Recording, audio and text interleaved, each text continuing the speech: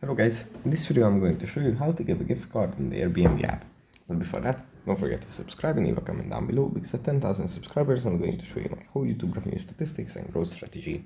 So without further ado, let's just jump right into it. First you have to open up the Airbnb app. And here it usually opens up in the Explore page where we have some suggestions. From here we have to tap on Profile, then on Payments and Payouts. And here at the top we find credits and coupons. Tap on this, and then again at the top we find Add Gift Card. If you tap on this, then we can redeem a gift card that we have received. Here we just type in the PIN, and then we can just tap on Redeem Gift Card, and it's going to be applied.